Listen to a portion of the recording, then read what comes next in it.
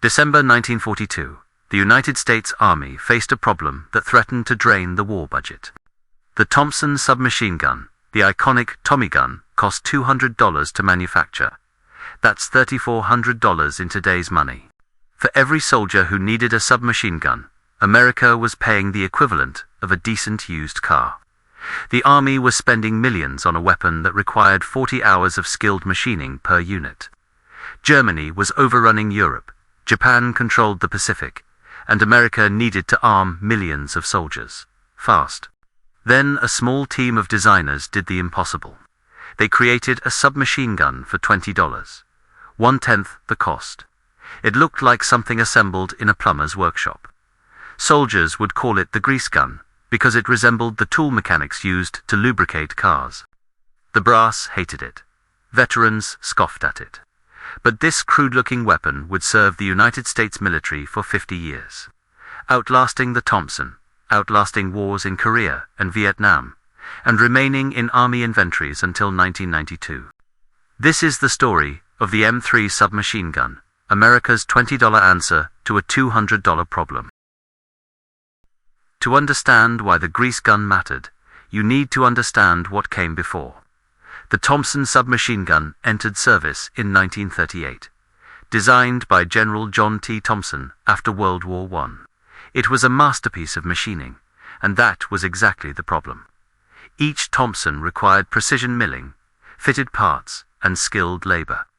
The receiver alone needed multiple machining operations. The bolt required careful manufacture. The barrel had to be precisely machined and fitted. Auto Ordnance Corporation, the original manufacturer, could produce about 50 Thompsons per day at their Bridgeport, Connecticut facility. When war broke out in Europe, demand exploded. The British ordered tens of thousands for their commandos and home guard. The US military placed massive contracts, but production couldn't keep up. Savage Arms took over primary production in 1940, simplifying the design where possible. They eliminated the cuts compensator, simplified the rear sight, and removed the cooling fins on the barrel. This created the M1 Thompson faster to produce than the original M1928, but still expensive and time-consuming. By 1942, the numbers were stark. The simplified M1 Thompson cost $145 per unit, still 7 times the cost of an M1 Garand rifle. Production time remained at 25 to 40 hours of machining per weapon. America needed to arm paratroopers, vehicle crews, tankers, and infantry soldiers across 2 oceans. The Thompson couldn't scale fast enough. The Army Ordnance Department issued a challenge in October 1942. Design a submachine gun that could be mass-produced using the techniques of American industry, not craftsmanship industry. Stamping, welding, minimal machining. Make it simple, make it fast, make it cheap. George Hyde knew submachine guns. The German-born designer had worked with General Thompson's team before the war, and he understood what made the Thompson both excellent and expensive. Now working for General Motors' Inland Manufacturing Division in Dayton, Ohio, Hyde took on the challenge of creating something radically different. Frederick Sampson joined him, a tool engineer who understood manufacturing processes. They weren't interested in making a beautiful weapon. They wanted to make one that any American factory could produce in quantity. The specifications were clear: chambered for 45 ACP, the same round as the Thompson, magazine-fed, capable of automatic fire, simple to maintain, and above all, cheap and fast to manufacture. Hyde and Sampson began with a radical premise. What if they eliminated machining almost entirely?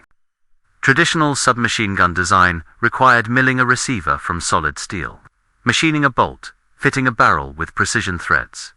Hyde threw out that entire approach. Instead, the M3's receiver would be made from stamped sheet metal, welded together. The bolt would be a simple steel cylinder with minimal machining. The barrel would be pressed into place, not threaded. Even the stock would be stamped metal wire. They designed the weapon in December 1942. Inland Manufacturing built the first prototypes in January 1943. On February 10, 1943, Just 2 months after starting the project, the Army tested the weapon at Aberdeen Proving Ground. The test report was skeptical. The gun looked crude. It fired at just 450 rounds per minute, slow for a submachine gun. The Thompson fired at 700, the German MP40 fired at 500, but the M3 passed every reliability test. It fired in mud, sand, and cold. The simple design meant there was less to break. On December 21, 1943, the Army approved the M3 for production. The official designation was United States Submachine Gun, caliber .45, M3. But soldiers would call it something else entirely.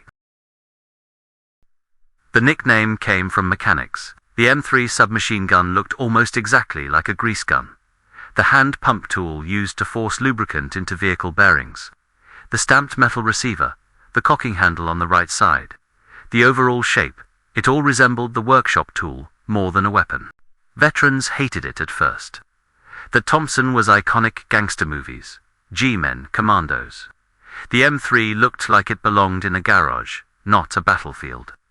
One sergeant at Fort Benning called it the ugliest damn thing I ever saw, approved for military service. But the numbers told a different story. Cost per unit, $20 in 1943. That's $212 in 2024 money, a 94% reduction from the original Thompson. Production time, about 2 hours of machine work, compared to the Thompson's 25 to 40 hours. Weight, 8 pounds empty, compared to the Thompson's 10.6 pounds. The M3 contained just 42 parts. The Thompson M1 had 67. Fewer parts meant fewer things to break, fewer things to manufacture, fewer things to inventory. Guide Lamp division of General Motors took on primary production at their Anderson, Indiana facility. This was the same factory that made headlights for Chevrolets and Buicks. Now, they were making submachine guns. The automotive industry's stamping and welding techniques, perfected over decades of mass-producing car bodies, translated directly to weapon production. By mid-1944, Guide Lamp was producing 4,000 M3s per day. The entire United States production of Thompsons never exceeded 51,000 per month across all manufacturers. The M3 matched that with a single factory in about 2 weeks. The gun fired from an open bolt, simple and reliable. Pull the trigger, the bolt goes forward, strips a round from the magazine, fires it, and the recoil pushes the bolt back. Release the trigger, the bolt stays back. No complicated fire control mechanism, no selector switch. It was automatic only. But the slow fire rate, 450 rounds per minute, meant a trained soldier could fire single shots with trigger control. The cocking handle retracted into a protective slot when not in use. This prevented the handle from catching on equipment or clothing, a problem that plagued the Thompson's charging handle. A cover protected the ejection port from dirt and debris. The removable barrel made the weapon easier to clean and maintain in the field. Standard magazines held 30 rounds, though 23-round magazines existed.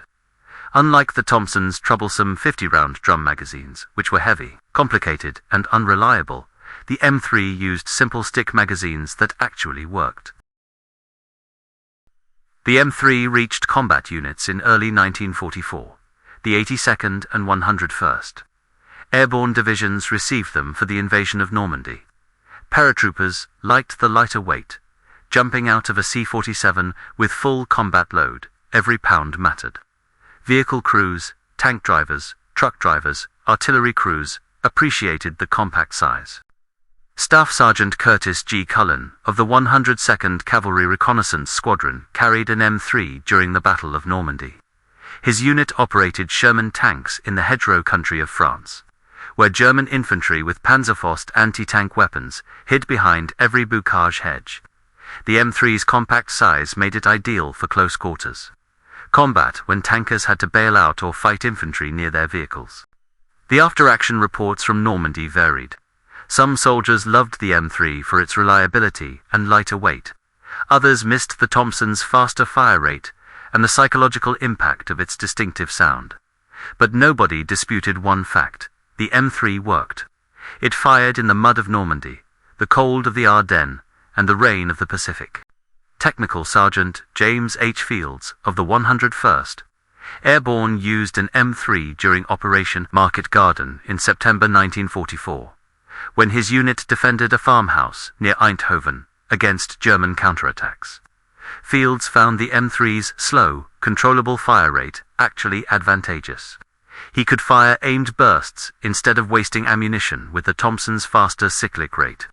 In a 6-hour defense, Fields fired approximately 400 rounds, about 13 magazines, and his M3 never jammed. The Pacific Theater told a similar story. The M3 served with Marine Corps units in the Philippines and Okinawa. Staff Sergeant Thomas E. McCall carried one during the Battle for Manila in February 1945. Urban combat meant close quarters, building tube, building fighting. The M3's compact size and reliability in dirty conditions proved valuable. When McCall's unit cleared a Japanese-held hospital, the M3 functioned despite dust, debris, and damaged magazines. The M3's genius lay in its manufacturing simplicity.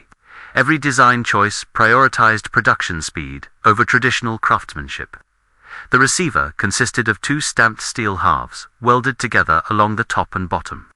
Total manufacturing time for the receiver: approximately 20 minutes of press work and welding. A machined receiver like the Thompson's required multiple hours of milling operations on expensive machinery. The bolt was a simple steel cylinder weighing about 1 pound. A fixed firing pin protruded from the bolt face. No complicated mechanisms, no multiple parts. Machine shops could produce dozens of bolts per hour, using basic turning operations on a lathe. The bolt's mass and the recoil spring controlled the rate of fire. Heavier bolt, slower fire. No gas system, no regulators, no adjustments needed. The barrel measured 8 inches long, shorter than the Thompson's 10.5 inches, but adequate for the effective range of a submachine gun. Most combat with these weapons happened under 100 yards. The barrel pressed into the receiver and was held by a barrel nut. No threading required. If a barrel wore out or was damaged, armorers could replace it in minutes with basic tools. The wire stock folded under the weapon when not needed. Total material cost: a few feet of steel wire and 2 spot welds. Compare that to the Thompson's wooden stock, which required carpentry, fitting, and finishing. The M3's stock wasn't elegant, but it worked.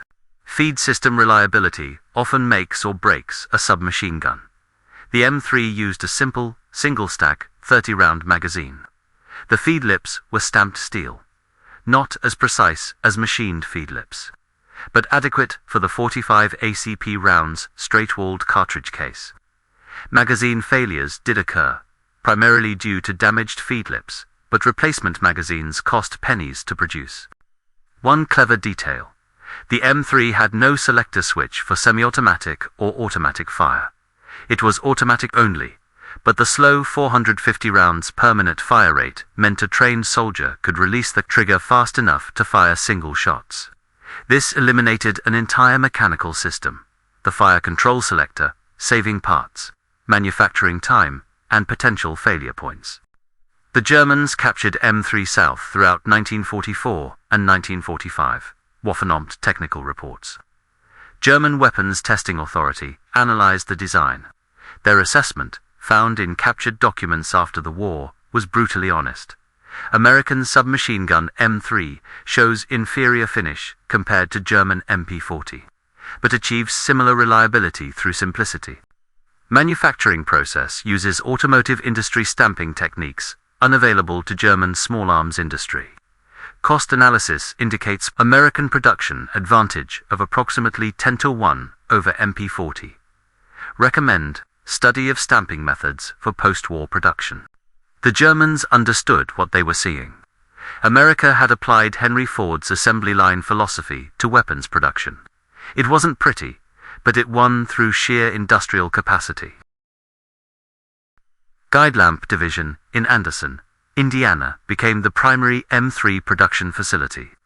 Peak production reached 4,000 weapons per day in mid-1944. The factory floor looked different from traditional armories. Instead of machinists operating milling machines, stamping presses shaped receivers in seconds. Instead of hand-fitting parts, spot welders joined components. Instead of finishing and polishing, weapons went directly from assembly to proof testing.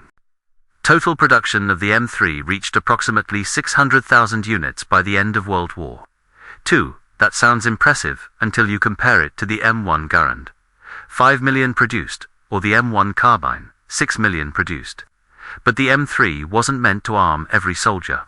It equipped specific roles: vehicle crews, paratroopers, tankers, support troops, and situations where a compact automatic weapon made more sense than a full-size rifle.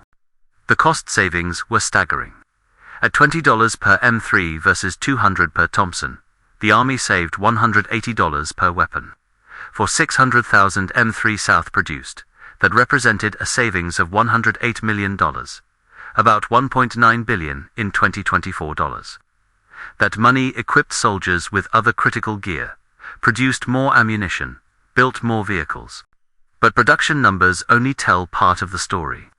The M3 freed up manufacturing capacity. Traditional armories could continue producing precision weapons like the Garand, while automotive factories churned out submachine guns. This distributed production model meant American industry could simultaneously produce everything from rifles to tanks to aircraft, all using the techniques each industry knew best. The British took notice. In 1944, they requested technical data packages to potentially produce the M3 under license. They never did. The Sten gun served a similar role, but the request showed that America's approach to mass production impressed even experienced military manufacturers. Combat experience revealed one consistent problem with the M3. The cocking handle broke. Soldiers retracted the bolt by inserting a finger into a hole in the bolt and pulling back. This worked, but the original cocking handle mounted on the right side of the receiver proved to be a weak point. It bent, broke, or caught on equipment. In December 1944, the Army approved the M3A1 variant. The engineers eliminated the cocking handle entirely. Instead, soldiers would retract the bolt by inserting a finger into a recessed slot in the bolt itself and pulling backward. This required no separate part, nothing to break, nothing to catch on gear. The M3A1 also added a magazine loading tool that stored in a trap in the grip. Loading 30 rounds into a stiff new magazine by hand was difficult and slow. The tool made it faster and easier. Small refinement, but appreciated by soldiers who needed to reload under fire. Additional improvements included a stronger extractor, an improved ejector, and a guard around the magazine release to prevent accidental magazine drops. These were minor changes, but they showed the Army was listening to field feedback and making the weapon better based on combat experience.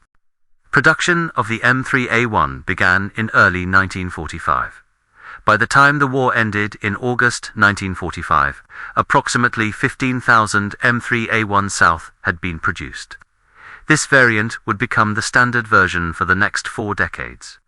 The total cost of the M3A1 remained essentially unchanged. Still, about $20 per unit. The improvements added minimal manufacturing complexity.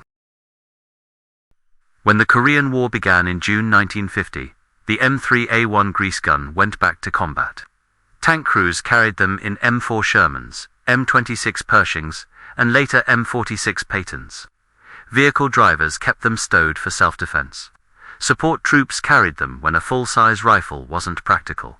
Sergeant First Class Charles F. Pendleton, of the 1st Cavalry Division, carried an M3A1 during the defense of the Pusan perimeter in August 1950. When North Korean infantry infiltrated his unit's supply area at night, Pendleton used his grease gun to defend ammunition trucks. The slow, controlled fire rate allowed aimed shots in darkness. Pendleton fired approximately 90 rounds, 3 magazines, and survived the night action without a malfunction. The cold Korean winter tested every weapon. Temperatures dropped below 0 Fahrenheit. Lubricants froze. Mechanisms jammed. But the M3A1's simple design meant there was less to freeze. Soldiers learned to run the weapon nearly dry, minimal lubricant, and it still functioned. The loose tolerances that made it look crude actually helped reliability in extreme conditions. By the 1960s, the M3A1 had been in service for 20 years. The Army began issuing newer weapons, the M14 rifle, then the M16. But the grease gun remained in inventory for specific roles. Tank crews especially kept them. Inside a tank, you don't need a weapon that shoots 500 yards. You need something compact, reliable, and powerful enough to stop infantry at close range. The M3A1 delivered 45 ACP bullets, big, slow, and effective at short distances. In Vietnam, the M3A1 served alongside the newer M16. Vehicle crews, artillery units, and support troops carried them. The weapon's tolerance for dirt and moisture proved valuable in Vietnam's humid, muddy environment, while the M16's direct gas impingement system could foul with continuous fire. The M3A1's simple blowback operation kept working. Specialist Timothy R. Wilson served as a truck driver with the 25th Infantry Division in 1968. His convoy encountered an ambush on Highway 13, Thunder Road, between Saigon and the Cambodian border.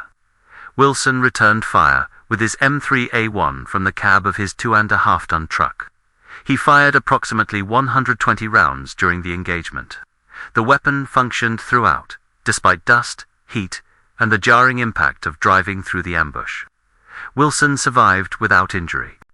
The Army began phasing out the M3A1 in the 1970s, replacing it with the M9 pistol for most roles, but tank crews kept them. Inside an M60 Patton or M1 Abrams, space is limited. A full-size rifle is too long. A pistol lacks firepower. The grease gun remained the perfect compromise. Operation Desert Storm, January 1991. Nearly 50 years after the M3A1's design, it remained in U.S. Army inventories. Tank crews in M1 Abrams still had them stowed inside their vehicles. The Army had tried replacing them multiple times with the M9 pistol, with the M4 carbine, but the grease gun persisted. Why? Because it worked, and because changing it meant retraining. New supply chains, new maintenance procedures. The M3A1 was simple enough that any soldier could maintain it with basic tools. Replacement parts were stockpiled by the thousands. Armorers knew how to fix them. Why fix what isn't broken? The final official retirement came in 1992. The Army formally removed the M3A1 from active inventory lists. But even then, some National Guard units reportedly kept them in storage for years afterward. A weapon designed in 2 months, built for $20, and expected to serve for a single war, had lasted through Korea, Vietnam, and into the 1990s. The total service life, 49 years from adoption in 1943 to final retirement in 1992. Compare that to weapons designed with far more sophistication. The M14 rifle, adopted in 1957, was replaced as the standard infantry rifle by 1967. 10 years. The original M16A1, adopted in 1964, required multiple upgrades and modifications throughout its service life. The M3A1 grease gun served in essentially its original 1944 design for half a century. The numbers reveal the M3's true achievement. From 1943 to 1945, the United States produced approximately 600,000 M3 and M3A1 submachine guns. Total program cost, about $12 million. That's $213 million in 2024 dollars. If those 600,000 submachine guns had been Thompsons at $200 each, the cost would have been $120 million. $2.1 billion in 2024 dollars. The M3 program saved $108 million during the war alone. But the savings extended far beyond initial production. Maintenance costs for the M3A1 remained minimal throughout its service life. The weapon required no sophisticated tools, no specialized training. An armorer could completely disassemble and reassemble an M3A1 in under 5 minutes with just a screwdriver and punch. Ammunition standardization also mattered. The M3 used the same 45 ACP cartridge as the M1911 pistol, which the Army had adopted in 1911. That meant existing ammunition stocks, existing production lines, existing supply chains. No need to develop new rounds, no need to establish new logistics. The Thompson used 45 ACP too, but this highlights another point. The M3 did the same job for 1/10 the cost. It didn't require fancy new ammunition or technology. It just did the basic job more efficiently. From a pure cost-effectiveness standpoint, few weapons in military history match the M3A1's record. $20 in 1943, 49 years of service, millions of rounds fired, and still functional at the end. That's approximately 40 cents per year of service per weapon. About $7 in 2024 money. How did the M3 stack up against other submachine guns of World War II? The German MP40 cost approximately $70 to produce in 1942. It featured better machining and finish than the M3, fired at 500 rounds per minute, and weighed about 9 pounds. German soldiers appreciated its reliability, but Germany's industrial capacity couldn't match American production volume. Total MP40 production: approximately 1 million units across the entire war, about 67% more than the M3, but spread across a longer production period. The British Sten gun cost about $10 to produce, half the M3's cost. The Sten was even cruder than the grease gun, with a side-mounted magazine and a reputation for accidental discharges. But it worked well enough, and Britain produced over 4 million of them. The Sten proved that extreme simplicity could work, though it sacrificed some reliability for cost. The M3 found a middle ground, cheap but not quite as crude as the Sten. The Soviet PPSH-41 cost about $15 and fired at 900 rounds per minute, twice the M3's rate. Soviet factories produced over 6 million PPSH-41s, making it the most produced submachine gun of the war. But it used a unique 7.62 by 25 mm cartridge, complicating logistics. The M3's use of existing 45 ACP ammunition gave it an advantage in American service. The Thompson M1A1, the final simplified version, still cost about $75 by 1944, nearly 4 times the M3's cost. It fired faster at 700 rounds per minute and featured better finish. Veterans preferred the Thompson's feel and sound, but the Army's accounting department preferred the M3's price tag. In terms of pure combat effectiveness, the weapons were roughly comparable at their intended combat ranges under 100 yards. The Thompson fired faster, but was heavier. The M3 fired slower, but was lighter. The MP40 was more refined, but cost more. The PPSH-41 had the highest fire rate, but used non-standard ammunition. The Sten was cheapest, but least refined. The M3 occupied a practical middle ground, cheap enough for mass production, reliable enough for combat, simple enough for any factory to produce. Not the best submachine gun by any single metric, but the best overall package for America's industrial and military situation. The M3A1, Grease gun represents a specific moment in military history when America applied industrial mass production techniques to weapons manufacturing and changed warfare through sheer volume. The concept wasn't new. Eli Whitney had proposed interchangeable parts for muskets in 1798. The Springfield Armory had perfected the American system of manufacturing in the 1800s. Henry Ford had revolutionized automotive production with the assembly line in 1913. The M3 combined these traditions, interchangeable parts, standardization, and mass production techniques from the automotive industry. What made it remarkable was the willingness to abandon aesthetics and tradition for practicality. The Thompson looked like a weapon, polished, fitted, refined. The M3 looked like a garage project. But appearance didn't matter on the battlefield. Function mattered, reliability mattered, cost mattered. The M3 delivered on all three. Modern weapons development still reflects lessons from the M3. The emphasis on modularity, on simple maintenance, on cost-effective production. These concepts trace back to designers like George Hyde and Frederick Sampson, who understood that winning a war meant equipping millions of soldiers, not building perfect weapons for thousands. The M3A1 also demonstrated the value of good enough. It wasn't the best submachine gun. It didn't fire the fastest. It wasn't the most accurate. But it was good enough to serve for 50 years. Good enough to equip multiple wars. Good enough that the Army kept issuing it when newer weapons were available. That's perhaps the highest compliment. The M3A1 grease gun was so good at being good enough that the military couldn't find a reason to replace it for half a century. Today, M3A1 grease guns survive in collections around the world. The National World War II Museum in New Orleans displays one alongside a Thompson, showing the contrast.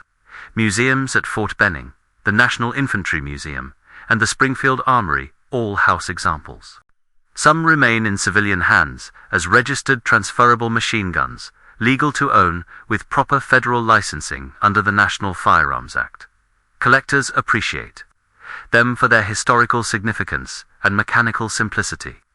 On the rare occasions when they appear for sale, they command prices of $15,000 to $20,000. Ironic for a weapon that cost $20 to produce. Military armorers who worked with the M3A1 remember it fondly. Chief Warrant Officer James P. Morrison, who served as an armor school instructor at Fort Knox from 1975 to 1990, maintained hundreds of M3A1 South during his career. In a 2010 interview for the Army's Oral History Project, he recalled, "That grease gun was the simplest weapon we had to maintain.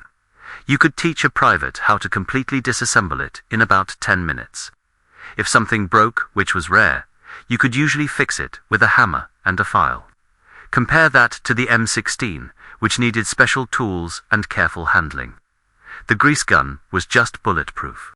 The weapon appears occasionally in films and television, usually depicting World War II or Korea, but it never achieved the iconic status of the Thompson. The Tommy gun looked dramatic on screen. The grease gun looked like plumbing.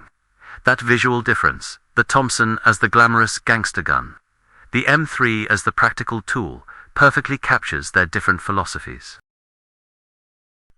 In December 1942, the United States Army needed a submachine gun that cost less and could be produced faster. George Hyde and Frederick Sampson delivered a design in 2 months that reduced cost by 90% and production time by 90%. The M3 grease gun served in every major American conflict from World War II through Desert Storm.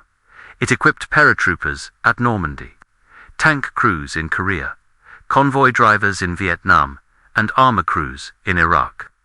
Through all of it, the basic design remained essentially unchanged from 1944. 600,000 units produced. $12 million total program cost. 49 years of service. 0 major recalls or safety issues. Minimal maintenance requirements. When historians evaluate weapons, they consider combat effectiveness, reliability, cost, and impact on warfare. By all these measures, the M3A1 grease gun ranks among the most successful military weapons of the 20th century, not because it was the best submachine gun, but because it was the most practical. It was a $20 answer to a $200 problem, and it worked for 50 years. That's the kind of success that doesn't need to look pretty. It just needs to work. And the grease gun worked.